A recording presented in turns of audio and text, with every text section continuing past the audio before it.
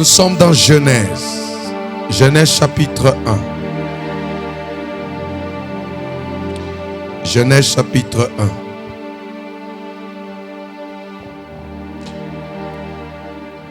Nous lirons du verset 26 au verset 28. Genèse chapitre 1. Genèse chapitre 1, verset 26. Puis Dieu dit, faisons l'homme à notre image, selon notre ressemblance, et qu'il domine sur les poissons de la mer, sur les oiseaux du ciel, sur le bétail, sur toute la terre, et sur tous les reptiles qui rampent sur la terre. Répète ce texte s'il te plaît. Puis Dieu dit, faisons l'homme à notre image. Faisons l'homme à notre image. Selon notre ressemblance. Selon notre ressemblance. Et qu'il domine sur les poissons de la mer. Qu'il domine sur le poisson de la mer. Là c'est bon, ça passe frère. Merci. Continue la lecture. Sur les oiseaux du ciel. Sur les oiseaux du ciel. Sur le bétail. Sur le bétail. Sur toute la terre. Sur toute la terre. Et sur tous les reptiles qui rampent sur la terre. Verset 27. Dieu créa l'homme à son image. Dieu créa l'homme. J'aimerais que tout le monde voie ce texte que nous sommes en train de lire. S'il vous plaît, si vous êtes en bonne santé, tenez-vous debout. On honore la parole de Dieu. Même celui qui est malade, tiens-toi debout et reçois la guérison maintenant. Même s'il y a un paralytique, tiens-toi debout et reçois ta guérison. Oui. Honorons la parole de Dieu. Lisons le verset 27. Écoutez bien cette lecture, ça va nous aider sur la famille maintenant. Vas-y. Dieu créa l'homme à son image. Dieu créa l'homme à son image. Il le créa à l'image de Dieu. Il le créa à l'image de Dieu. Il créa l'homme et la femme. Il créa l'homme et la femme. 28. Dieu les bénit. Dieu les. Regardez-moi ici s'il vous plaît. Dieu les bénit. Il a béni qui? L'homme et la femme. Et Dieu dit, go. Soyez féconds. Disons ça ensemble. 1, 2, 3. Deuxièmement. Troisièmement. On s'arrête d'abord là. Dieu créa l'homme. Il les créa l'homme et la femme. Dieu les bénit et dit, soyez féconds.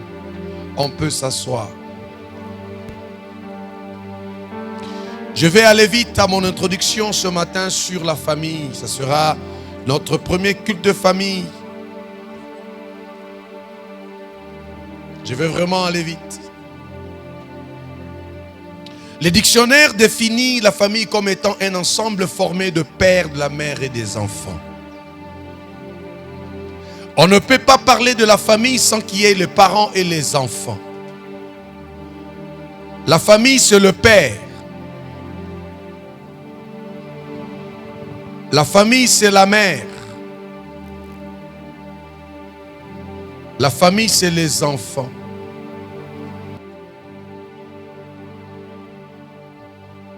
Je parle de la famille en disant que le dictionnaire définit la famille comme un ensemble. Il faut retenir la pensée de l'ensemble.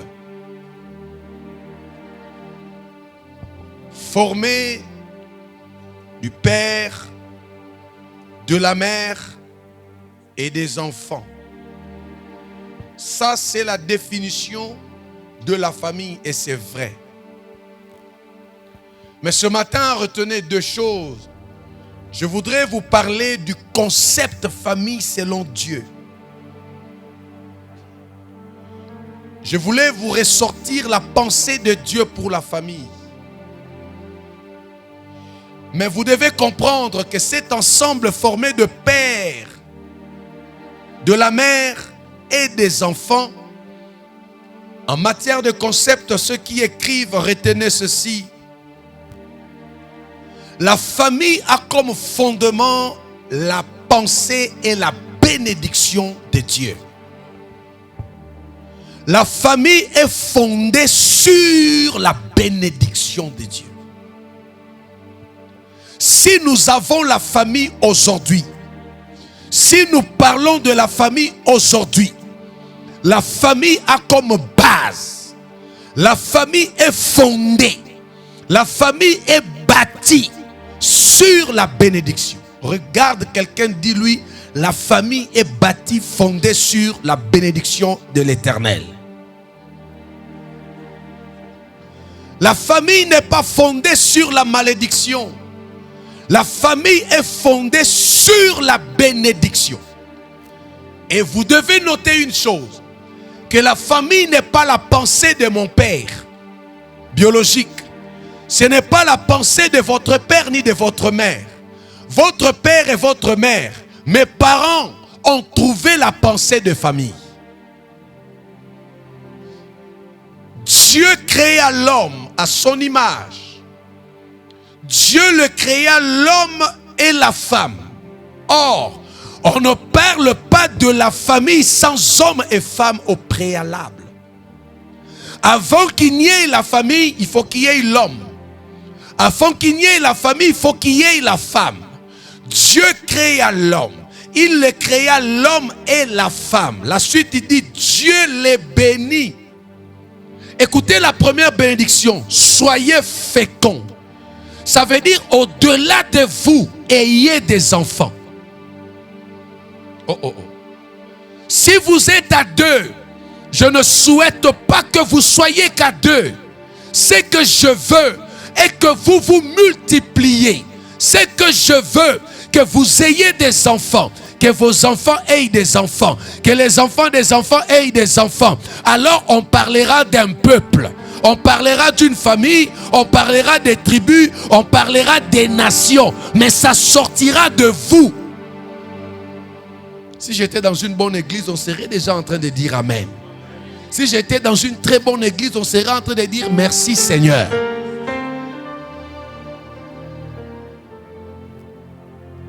Dieu les créa l'homme et la femme. Dieu dit, soyez féconds. Ça veut dire, ne restez pas seuls. Dans la pensée de Dieu, Dieu veut voir la famille. Dans la pensée de Dieu, Dieu veut voir des nations. Dans la pensée de Dieu, Dieu, alléluia, famille. Mais laissez-moi vous dire, avant de revenir ici, retenez ça parce que je parlerai de ça peut-être à la suite. Il y a la famille biologique. Je crois avoir déjà enseigné ça, mais je rappelle seulement. Famille biologique, famille restreinte, la famille en Christ. Ça, faut le savoir. Restreinte, biologique, élargie, famille en Christ. Ça, il faut mettre ça dans l'esprit parce que j'y reviendrai peut-être plus tard. Mais il n'y a aucune famille, dans toutes ces familles citées, biologiques, élargies ou encore en Christ, toutes ces familles sont la pensée de Dieu. Et je disais ceci, la famille est fondée, la famille est bâtie sur la bénédiction. Lorsque nous présentons la famille aujourd'hui, la famille est présentée d'un mauvais œil. Dans nos familles, on voit la malédiction. Dans nos familles, on ne voit que des problèmes. Dans nos familles, on ne voit que de liens. Dans nos familles, on ne voit que des alliances négatives. Mais je voudrais dire à quelqu'un, dès le commencement, il n'en était pas ainsi. Au commencement, la famille était même le socle de la bénédiction. Je dis à quelqu'un, ta famille n'a pas été créée pour la malédiction. La famille est fondée sur la bénédiction. Voilà pourquoi après la chute de l'homme, Dieu va aller vers un monsieur qu'on appelle Abraham, qui est le père de la foi. Lorsqu'il croise Abraham, il bénit Abraham. Il dit à Abraham, toutes les familles de la terre seront maudites.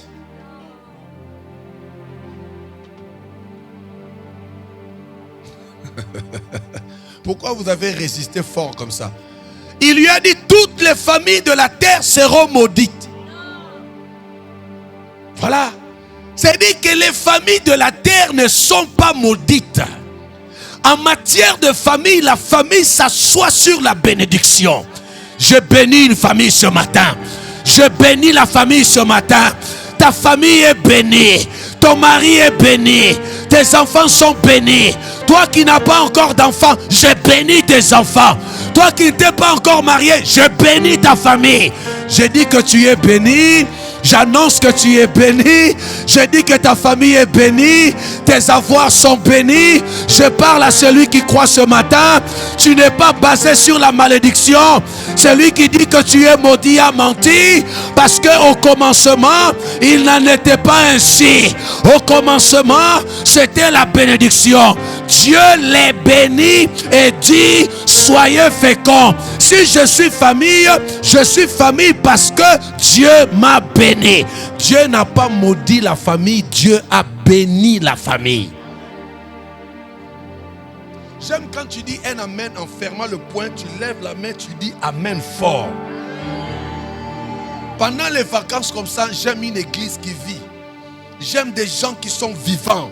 J'aime des personnes vivantes. Regarde quelqu'un, dis-lui, ne me suis pas. Moi, je regarde et j'écoute la parole de Dieu. Dis-lui ça. Oui. La famille n'est pas fondée sur la malédiction. L'homme a péché dans le jardin d'Éden. L'homme n'a pas obéi à la pensée de Dieu. Mais qu'est-ce que Dieu a fait? Dieu l'a chassé du jardin. Mais j'aimerais dire quelque chose à quelqu'un. Dieu ne se répand pas de ses dons. Quand Dieu regarde la famille, Dieu ne regarde pas la famille avec l'œil de la malédiction. Ce sont les hommes qui regardent la famille avec les yeux de la malédiction. Mais quand Dieu regarde la famille, Dieu retourne ici. Dieu dit, je l'ai béni. Dès le départ, c'est l'ensemble formé du père de la mère. Cependant, le premier père, je l'ai béni. La première mère, je l'ai béni. La première famille, je l'ai béni. Or, toutes les familles de la terre en Abraham sont bénies. Si tu es de la classe d'Abraham, si tu es de la race d'Abraham, si tu es descendant d'Abraham, si tu crois que tu es dans la foi d'Abraham, en Jésus-Christ, c'est que tu n'es pas maudit. Je parle aux familles bénies. En ce mois d'août, je t'annonce que tu es béni.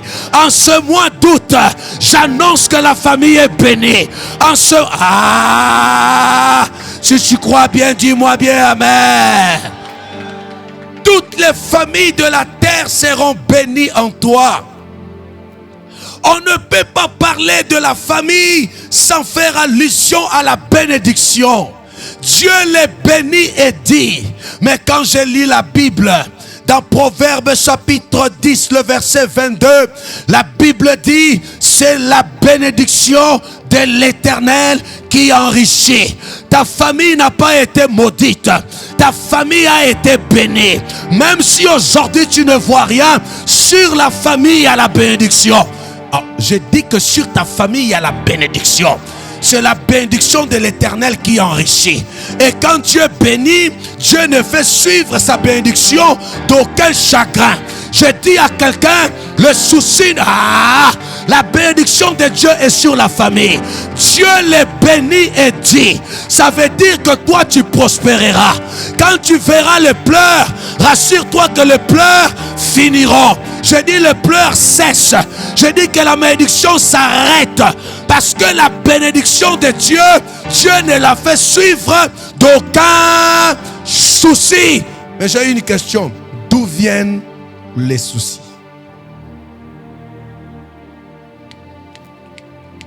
Dis à quelqu'un, cette question sera répondue le vendredi de la veillée.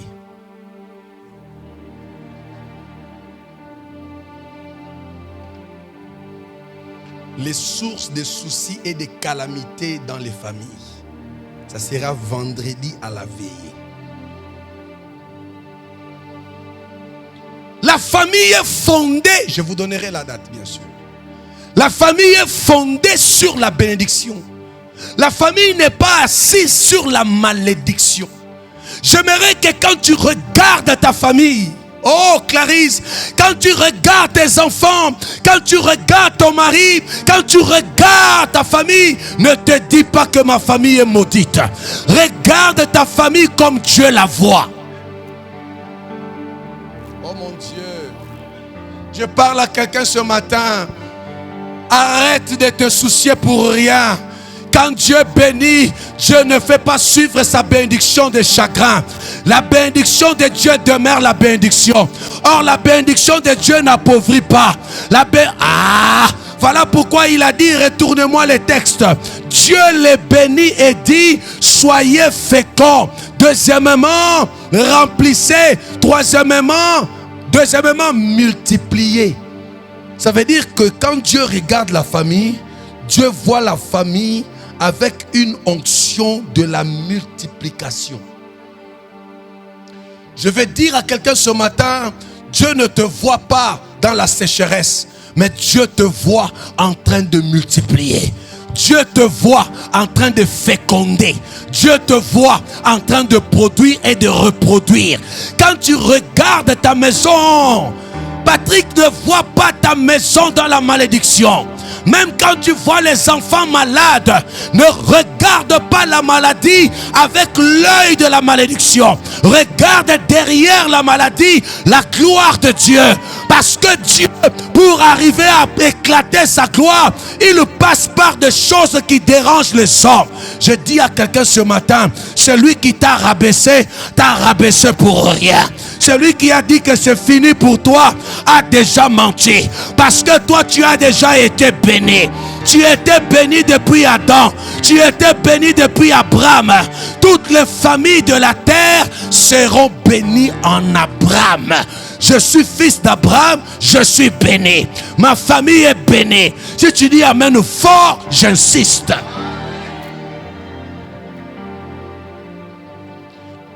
Quand Jésus vient, j'ai dit, si tu crois, tu seras sauvé.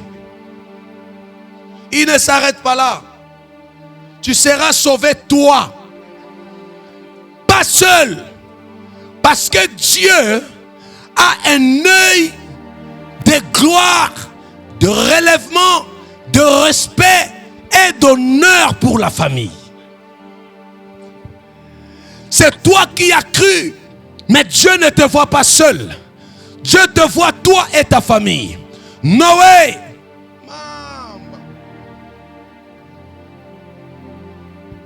tu vas construire l'arche. Tout le monde peut refuser d'y entrer. Mais je demande à ce que toi tu y entres. Tu n'entreras pas seul. Si tout le monde n'entre pas, comme toi tu es averti, tu n'entreras pas seul. Parce que dans ma pensée, celui qui croit n'est pas sauvé seul. Celui qui croit doit être sauvé avec son mari, avec ses enfants, avec les enfants de ses enfants. Je vois quelqu'un ce matin, tes enfants sont bénis. Ton mari est béni. Ta femme est bénie. Ta descendance est bénie. Même si tu n'es plus là, rassure-toi que ceux qui viendront après toi sont bénis. Parce que Dieu ne ment pas. Dieu dit toujours la vérité. Et il est lui-même la vérité.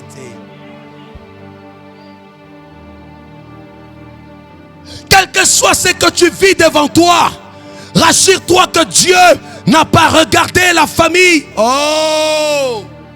Au commencement, il n'en était pas ainsi. Aujourd'hui, quand on regarde la famille, les gens commencent à avoir peur de la famille. Les gens commencent à avoir distance avec leur famille. La famille, c'est le lieu où doit régner la joie, la paix, la bénédiction. Parce que Dieu a béni la famille. Est-ce qu'il y a quelqu'un qui me dit amen? La bénédiction de l'Éternel ne se fait suivre d'aucun souci. Alléluia. Nous avons dit que nous allons traiter beaucoup de choses à la veillée. Je dois sauter beaucoup de choses en même temps. Et je vais atterrir là où je suis maintenant avec vous. Retenez la deuxième chose. Nous avons dit que premièrement, la famille est fondée sur la bénédiction de l'Éternel. Deuxièmement, si la famille est famille par le lien du sang. La famille est famille par le lien du sang. On ne peut pas parler de la famille sans faire allusion au sang. Or, quand la Bible m'explique les sangs, la Bible me dit que l'âme, la vie de l'homme se trouve dans son sang. Ça veut dire que quand on parle du sang, on parle de la vie. Est-ce que je peux parler à quelqu'un ce matin? Et je vais employer ce terme qui est un peu grand, gros, je ne sais pas comment, mais c'est ça. Quand on voit les spermes de l'homme, cette sémence que l'homme communique à la femme pour la suite avoir cet enfant que je suis, que tu es, que tu étais, vous allez comprendre que cette sémence n'est pas ce que nous voyons. Cette sémence, c'est du sang. C'est le sang. Alors voilà pourquoi dans le langage courant ou encore dans les langages, les expressions, au lieu de dire que celui-ci c'est mon enfant, c'est mon fils, on dit c'est mon sang. Ce qui a été communiqué, c'était le sang. Or, le sang, c'est la vie. En d'autres termes, quand tu fais un enfant, quand tu accouches, au lieu de dire qu'elle a accouché, les autres disent qu'elle a donné vie à un enfant. Ça veut dire quoi? Le sang qui a été communiqué, c'est ce sang-là qui marche. Alors la vie n'est pas dans ce capot. Ce capot n'a pas de vie. La vie de ce capot se trouve dans le sang. Voilà pourquoi quand l'âme s'arrête, le sang disparaît. Parce que le sang, c'est la vie. Quand il n'y a pas de vie, il n'y a pas de sang dans le corps. Quand le sang manque, la vie s'arrête. Parce que la vie est dans le sang. Or, on ne peut pas parler de la famille sans faire allusion au sang. Ça veut dire que la famille est le berceau de la vie.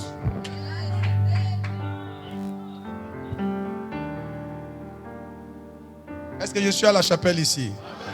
J'aimerais que tu balances ta main. Dis à Dieu, Seigneur, enseigne-moi. L'objectif est de faire comprendre à quelqu'un qui ne prend pas la famille à la légère. Je suis à mon introduction.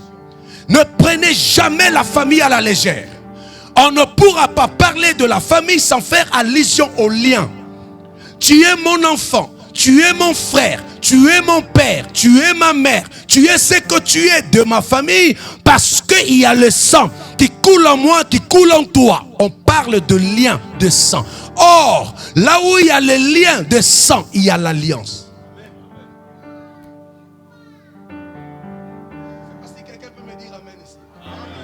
Et tout ce que je suis en train de dire, le sang, l'alliance, tout ça, toujours dans des veillées. Pas ici. Dis à quelqu'un dans nos veillées. Parce que ce sera de veillées très puissantes. Là où nous viendrons briser, là où nous viendrons prendre ce qui est à nous, là où nous, en fait, nous serons là. Dis à quelqu'un, ne manque pas dans nos veillées pendant ce temps. Dis-lui ça, ne manque pas. Si on parle du sang, on parle des alliances. Et l'alliance la plus forte, l'alliance la plus puissante, c'est l'alliance du sang. Cette alliance ne se brise pas. Cette alliance ne se rompt pas. Même quand tu vas sous la terre, tu restes le fils ou la fille de Martinique. Lorsqu'on citera le nom, on citera ton nom malgré que tu n'es pas là. Parce que l'alliance de sang ne se brise pas. Je parle à quelqu'un ce matin. La famille, c'est le berceau même de la vie. Quand tu regardes la famille, ne regarde pas la famille avec l'œil de la mort. Vous regardez mal les familles aujourd'hui. Peut-être parce que nous vous faisons connaître la famille d'un seul côté. La facette de la famille selon Dieu, ce n'est pas une famille maudite. Ce n'est pas une famille de malheur. Ce n'est pas une famille là où il y a la mort. Dans la famille, c'est là même qu'il y a la vie. J'aime quand tu fais ça. La famille est le berceau. Ça veut dire de la vie. C'est là.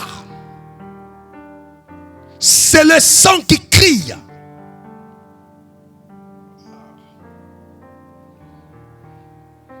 Amen. Je parlerai du sang. Je parlerai de l'alliance du sang. Prenez troisième élément. Et là, je vais un peu insister et nous allons nous arrêter ce matin parce que c'est mon introduction.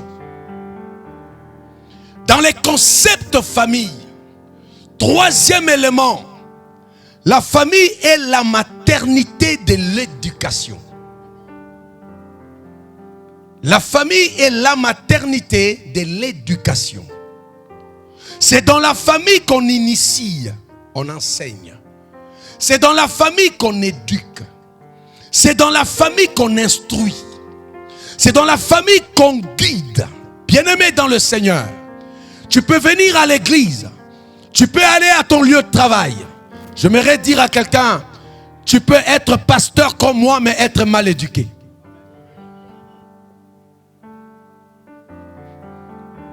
Je commence par moi pour que vous compreniez que c'est grave. Tu peux prêcher l'évangile comme moi, mais être mal éduqué. Or, l'éducation, on ne l'apprend pas seulement à partir de la Bible. L'éducation commence dans la maison. Un pasteur ou une onction, un pasteur qui prophétise, un pasteur qui fait des grandes visions, qui fait des grandes déclarations, mais il y a quelque chose qui ne va pas dans sa vie, un problème d'éducation, de base. Il peut se tenir devant un papa. Papa, viens ici. Papa, non. Paul a dit, Timothée, quand tu parleras aux parents, parle-leur comme des parents, comme des vieux, comme des mères, comme des papas. Aux jeunes, adresse-toi à eux comme un jeune, comme. Ça veut dire que quand tu seras devant ceux qui sont des adultes, sache comment te conduire. Pourquoi? Parce que malgré l'onction qu'il y a sur toi, l'onction doit faire face, l'onction doit faire preuve d'une bonne éducation. Ton amen est malade. Quand l'onction manque l'éducation, l'homme est désordonné, l'homme fait n'importe quoi. Je parle d'abord même du pasteur pour que j'arrive vers vous. C'est dans la famille que l'on apprend. Je voulais dire que la famille est la maternité de l'éducation. C'est dans la famille qu'on apprend les premières notions de la vie sociale. C'est dans la famille qu'on apprend les ABC du savoir-vivre. Je parle aux parents. Surtout nous qui arrivons, nous qui vivons en Europe. Bien-aimés dans le Seigneur, ne laissez pas les enfants vivre selon l'éducation de tout le monde. Éduquez vos enfants selon le Seigneur. L'éducation ne s'apprend pas d'abord à l'école. À l'école, on instruit. À l'école, on enseigne. À l'école, c'est autre chose. L'éducation, la base, c'est dans la maison. Et quand on parle de la famille, on parle de la maison. Il faut que je vous explique ça. Quand vous allez lire la Bible, quand vous entendrez dire maison d'Abraham, maison de Jacob, c'est la famille. La famille est autrement appelée maison. Je reviens dans ce que je disais. Beaucoup de gens, dans le concept de la famille, retenez une chose. La famille, je disais, est fondée sur la bénédiction. Deuxièmement, je disais que la famille est la maternité de l'éducation. Je disais que la famille, vous devez comprendre, si la famille n'éduque pas, rien ne peut aller. C'est dans la famille qu'on apprend les ABC, je disais. Les ABC du savoir vivre. C'est dans la famille qu'on apprend qu'on doit dire bonjour. Est-ce que je parle de la famille? Il y a des parents qui se lèvent d'abord eux-mêmes, papa et maman. Ils ne se disent jamais bonjour. Quand papa se lève, se lave. D'ailleurs, quand ils se voient, ils se disent des choses qu'on ne comprend pas. Ben, le truc là, est-ce que vous vous êtes dit bonjour? Dis après moi l'éducation. Dis ça bien, l'éducation. Ça commence dans la famille. Le matin, quand je me lève, dans la bonne éducation, si je suis marié, je dois surveiller. Est-ce qu'elle est déjà réveillée? Si elle n'est pas réveillée, j'attends. Mais quand elle se réveille ou il se réveille, la première chose avant de dire autre chose, c'est bonjour. Les enfants que nous avons ne peuvent pas se réveiller le matin. Chacun va à ses occupations. Les enfants ne savent pas se dire bonjour. Les enfants ne savent pas dire bonjour à leurs parents. Quand vous vous croisez, vous commencez à parler de Nintendo. Vous commencez à parler de votre, caviar. Non. L'éducation commence par la famille. Vous savez, aujourd'hui, vous pouvez croiser une grande personne. Lorsque la grande personne arrive, l'enfant ne sait pas dire bonjour aux grands. Les grands ne savent pas dire bonjour aux petits parce qu'il y a un problème d'éducation. La première chose la plus simple, je parle des ABC du savoir-vivre. Ça s'apprend dans la famille. C'est dans la famille qu'on apprend à dire bonjour. C'est dans la famille qu'on apprend à s'excuser. À faire quoi? C'est une éducation. En fait, quand il y a un truc, la première chose, le premier réflexe dans la bonne éducation, je m'excuse. Ce n'est pas de l'humilité et de l'humiliation, mais c'est le sens de la bonne éducation. Oui. Pour comprendre quelqu'un de bien éduqué, c'est dans les petites choses. Et la bonne éducation, c'est dire bonjour. La bonne éducation, c'est s'excuser. La bonne éducation, c'est dire merci.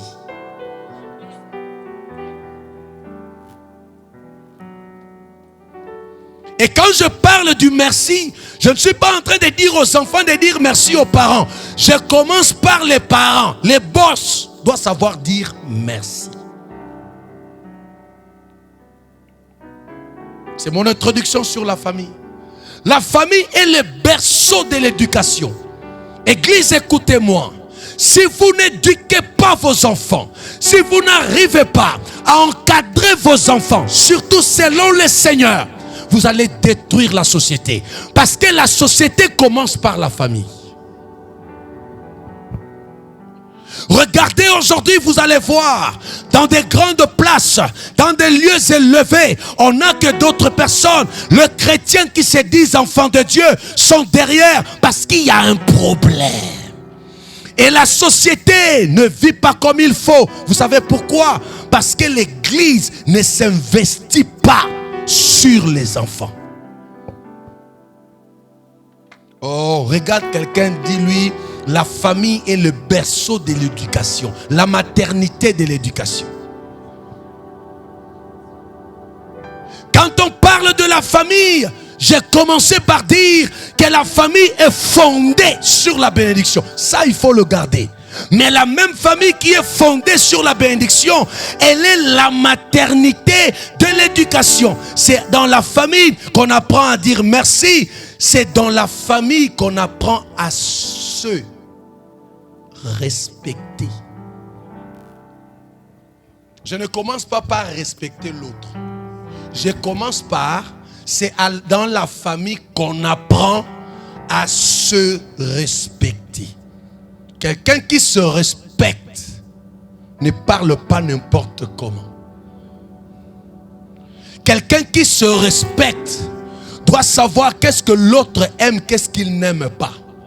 Parce que quand tu ne sais pas qu'est-ce que l'autre aime ou il n'aime pas, tu agiras comme ton esprit le dit et on ne te respectera pas.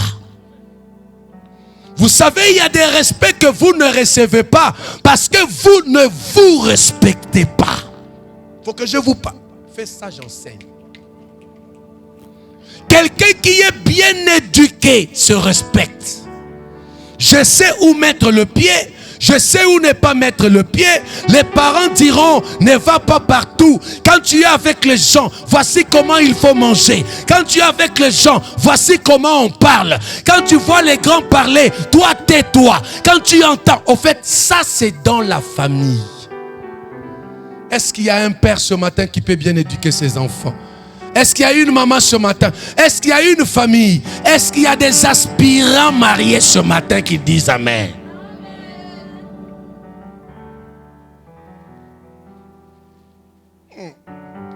Je vois des mariés confirmés. Tenez-vous d'abord debout, vous deux là. Tenez-vous debout.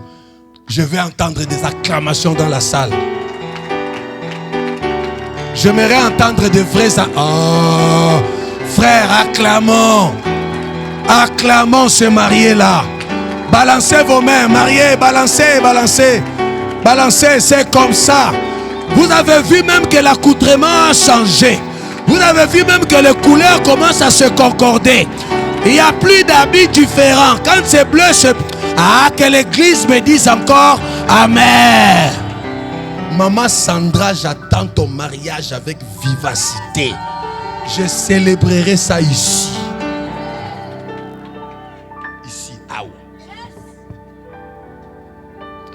Asseyez-vous. Je vais parler de tout à l'heure. Le respect, c'est au niveau de la famille. Je vais vous dire un secret. Un homme qui se respecte mérite le respect. Un homme qui ne se respecte pas ne méritera pas le respect, mais il réclamera le respect.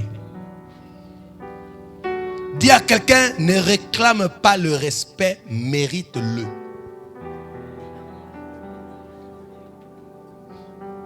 Dis-lui ça. Le respect se mérite. Elle dit, quand tu me regardes, toi-même tu sais qu'avec lui on ne blague pas. Pourquoi? Ce n'est pas parce que je t'ai dit qu'on ne blague pas. C'est parce que moi je me respecte. Et cela ne s'apprend pas dans la rue. Ça s'apprend dans la famille.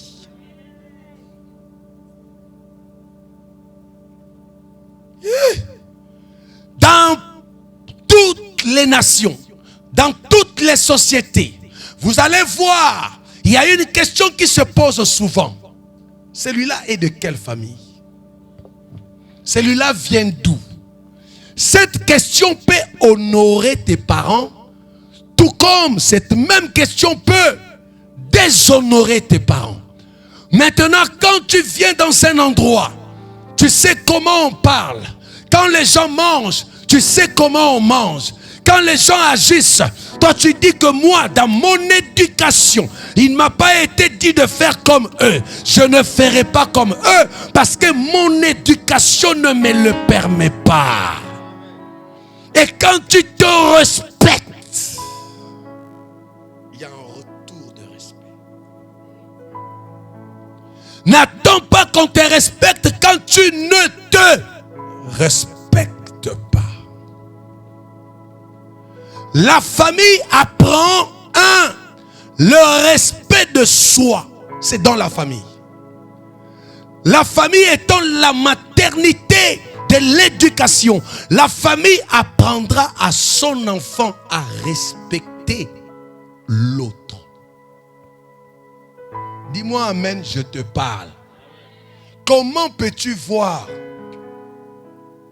Emmène-moi ce tabouret s'il te plaît.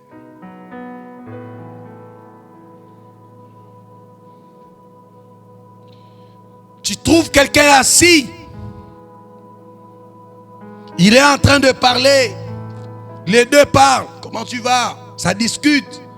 Un grand arrive au milieu d'eux. Le grand n'a pas de place pour s'asseoir. Les deux sont en train de parler. C'est-à-dire le grand qui est là reste debout. En fait, moi, Martinique, quand j'arrive, je vois ça. Je me plains déjà de ton éducation. Même si je ne te dis pas. La bonne éducation exige que lorsqu'il y a une grande personne, on lui cède de la place. Je parle de la bonne éducation. Et c'est ça, c'est dans la famille. Même dans l'église. Quand le père arrive, tu vas déjà parler, rire comme si. Non, quand le père arrive, la première chose, c'est l'attention vers le père. On les salue, on les respecte. Après, on continue ce qu'on peut faire. Ça, c'est l'éducation. Balance la main, je te parle. Et ces choses, ne croyez pas que le nom de Jésus nous fait oublier ces choses. Celui qui croit au Seigneur Jésus, celui qui a cru au Seigneur Jésus comme maître et sauveur, cette personne, la Bible demande qu'il ait une intelligence renouvelée.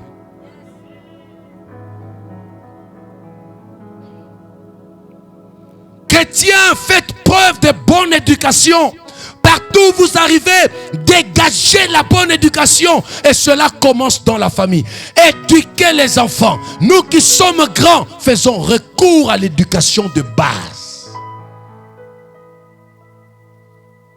J'aimerais entendre un amen bien. Je parle de la famille. Je dis qu'il y a des éléments qu'on va traiter dans la veillée parce que là-bas c'est les faillas. Ici, là, c'est d'abord l'éducation. La famille, c'est le berceau de l'éducation. C'est dans la famille qu'on sait dire merci. C'est dans la famille qu'on sait se respecter. C'est dans la famille qu'on sait respecter l'autre. Cette maman, ce n'est pas elle qui m'a accouché. Mais le respect exige que je comprenne que si elle est une mère, c'est qu'elle est aussi ma mère. De la même manière que je respecte ma mère, je respecterai la mère de l'autre. Ton amen est malade, mais je vais parler. La bonne éducation fera c'est que quand je verrai que celui-là est une grande... Aujourd'hui dans l'église, les chrétiens ont une chose. C'est quoi ce que les chrétiens ont? Comme on est à l'église, on est tous enfants de Dieu. C'est comme si la loi de l'aîné a été abolie. Non. Et je disais même pas ici. Je dis encore plus fort, pas ici. Non, je n'entends pas. Je dis pas ici. Dis fort ailleurs. Pas ici. Un grand reste grand. C'est comme là, je me tiens debout. Je vais parler à Avo là. Avo, allez, viens. Avo, Avo. Avo a des enfants plus âgés que moi. Avo a des petits-fils. Mais quelqu'un comme ça, quand tu lui parles, donc parle avec beaucoup de respect. Oublie d'abord ton onction. Ça, ce n'est pas la Bible qui nous enseigne d'abord. C'est la famille. C'est la famille. Je ne peux pas être pasteur tel que je suis. Alors, papa Israël, est-ce que je peux avoir $200? Oui, papa Patrick, est-ce que je peux avoir à manger? Mauvaise éducation. Dans la bonne éducation, on ne demande pas aux gens n'importe comment. Si je manque, je peux le faire une fois en passant. Ça ne doit pas être la vie. La bonne éducation n'envoie pas quelqu'un à demander. Je crois que vous dites à vos enfants, ne demande pas l'argent. Quand l'enfant t'amène 10 €, maman m'a donné 10 €, tu lui as demandé ou pas? Non, je n'ai pas demandé. Une bonne éducation, tu inculqueras à ton enfant de ne pas demander, mais qu'on lui donne. Ça, ce n'est pas question de quoi? C'est la question de l'éducation. Si vous voyez la dépravation aujourd'hui, c'est une question de l'éducation. Et je voudrais dire à toutes les familles de la chapelle que vous êtes la maternité de l'éducation. Ton amen est malade. Il est maintenant perfusé. Fais-le sortir de l'hôpital. La famille. Dans l'éducation qui est un berceau, je voulais parler de la maternité de la famille. Dans la bonne éducation, on apprend à partager. C'est dans la famille. Il y a des familles qui ne partagent pas.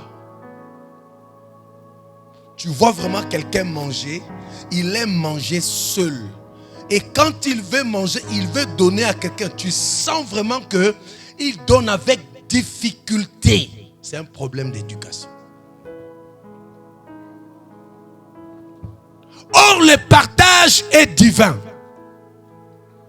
Dieu a tant aimé le monde, il a donné son Fils.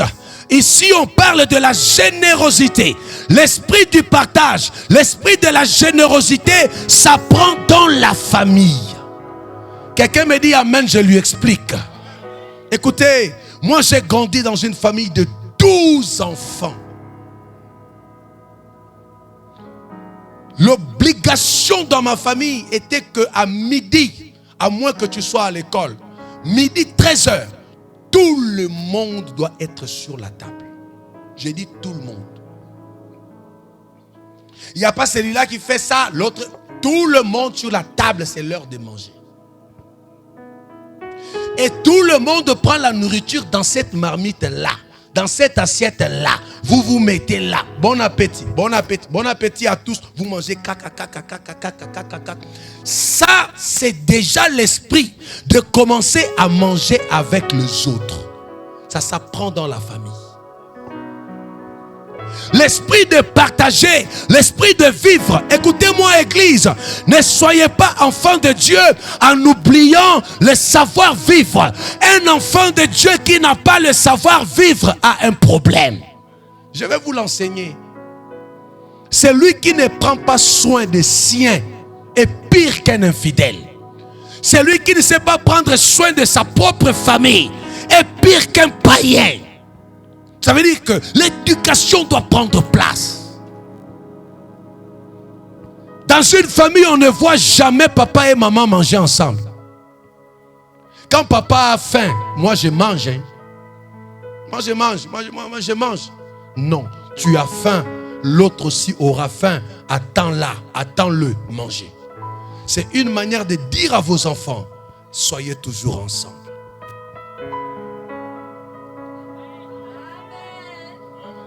Quand tu n'as pas faim et que l'autre est en train de manger, fais semblant de mettre la main sur son assiette ou dans son assiette. Ce sera pour vous une manière de dire à vos enfants, quand vous vous marierez, quand vous serez en famille, voilà comment les choses se passent. Est-ce que je suis en train de parler de la famille ici? Dis amen, je t'explique des choses. Ça là, ce sont les choses que Dieu veut voir dans nos familles. Frère, il faut qu'on pose la question, de qui est-il fils? De qui est-il fille? Tout le monde, quand il répond, c'est la fille de Martinique et Nzombo. La fierté monte parce que c'est que la fille ou encore le fils fait honore le père. Mais il y a des enfants qui déshonorent le père. Il arrive à un endroit. Un enfant qui ne connaît rien du savoir-vivre. Ça déshonore la source. Regarde quelqu'un, dis-lui, honore la source. Non, tu ne lui as pas dit ça. Même celui qui est derrière, dis-lui, honore la source. Je vais choquer quelqu'un. Quand on veut honorer la source, on ne prend pas l'enfant de quelqu'un, on reste avec beaucoup d'années sans la marier. Quand on veut honorer la source, on épouse la fille d'autrui. Si tu ne l'épouses pas, dis-lui, c'est pas le temps, va faire tes affaires, moi je fais mes affaires. Ça aussi, c'est la source. Dati, tu t'es marié, hein? Dati, lève-toi, tiens-toi debout. Dati est toujours calme. Acclamez le Seigneur pour Dati. Dati venait de se marier comme vous le voyez. Il vient du Congo, il vient de bien épouser sa femme. 100%, il a tout donné. Ça, c'est ça. C'est ça. Et je suis en train de bénir le Seigneur. Parce que dans peu de temps, je vous dirai que c'est là aussi vont se marier. Tu peux t'asseoir. Est-ce que je suis à la chapelle Elroy? Lève la main, dis bien amen. Dis à quelqu'un, fais preuve d'une bonne éducation.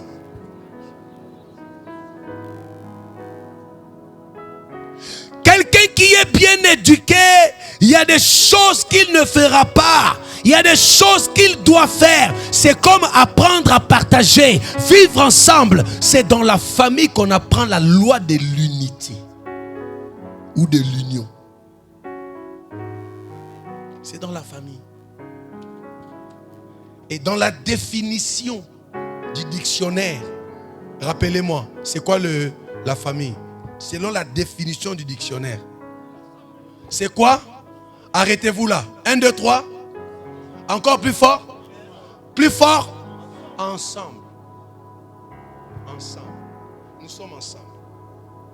Nous sommes. C'est comme moi et Ingrid, nous sommes ensemble. Je sais que des fois elle pleure dans son cœur. Elle dit, mais le vieux là, je l'ai connu, mais ça ce n'est pas celui que j'ai connu. Je suis le même. Mais je veux que tu ailles loin dans ce que tu fais. Moi, n'attendez pas toujours que je vous acclame. Tu vas te frustrer pour rien. Quand j'ai déjà ensémencé, je suis en train de regarder comment doit avancer ce que j'ai mis en toi. Ne m'attends plus.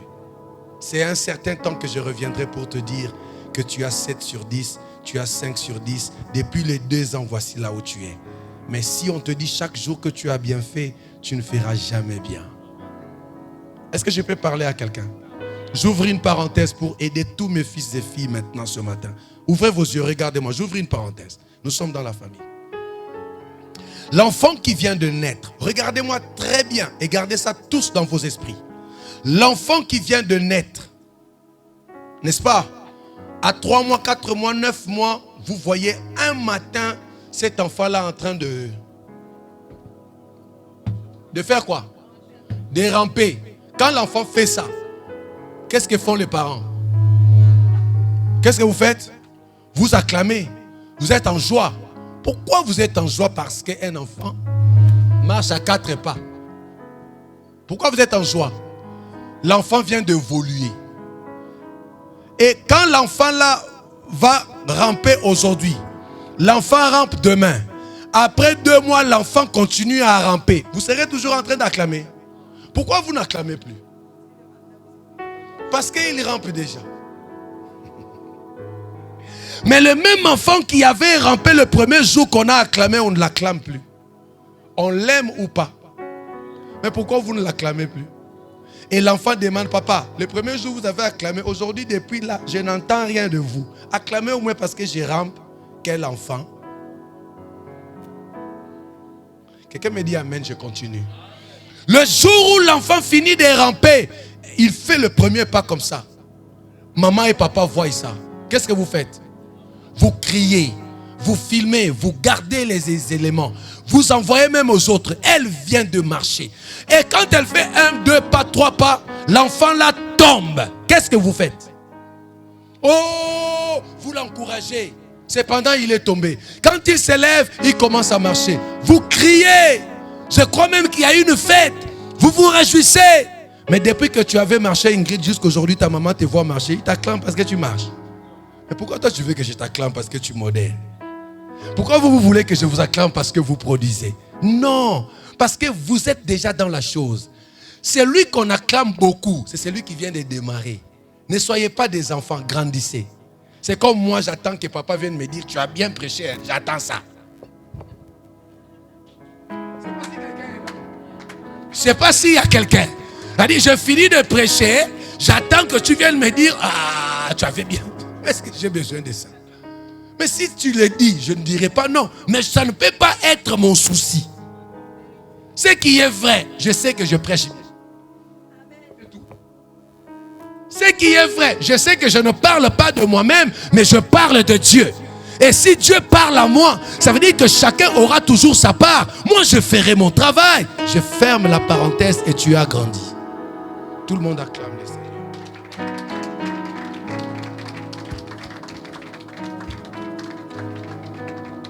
J'ai fermé cette parenthèse. Je termine en disant ceci. La famille, c'est la maternité de l'éducation. C'est dans la famille qu'on apprend les premiers éléments de la vie. La famille est fondée sur la bénédiction. Ne voyez pas la famille selon l'œil que le monde la voit aujourd'hui. Voyez la famille selon le commencement. Disons ensemble, au commencement, il n'en était pas ainsi. Au commencement, la famille est bénie. C'est dans la famille qu'on apprend toutes ces choses. Le partage, l'amour du prochain, le vivre ensemble, le savoir-vivre. Ça s'apprend dans la famille. Vous savez, c'est difficile d'avoir à côté de vous quelqu'un qui a eu un problème d'éducation. Vous aurez des sérieux problèmes. Il faut avoir un cœur. Il faut être sage pour vivre. Et surtout si vous avez reçu une éducation réglée, quand vous êtes tout autour de vous, avec des personnes qui ont eu un petit problème, vous aurez des problèmes. Et ne vous fatiguez pas d'aider les autres à savoir réellement vivre. Vos enfants, aidez-les à vivre. Alléluia. N'acceptez jamais. Il y a des enfants, ça faut que je dise ça. Il y a des enfants, quand il est devant la télé avec sa télécommande comme ça, même sa maman l'acclame. Laissez-la avec la télécommande. Les grands sont là, il peut changer de chaîne comme il veut. Les grands ne peuvent pas changer. Ça, c'est quoi ça? Regarde quelqu'un de lui, n'acceptez pas ça.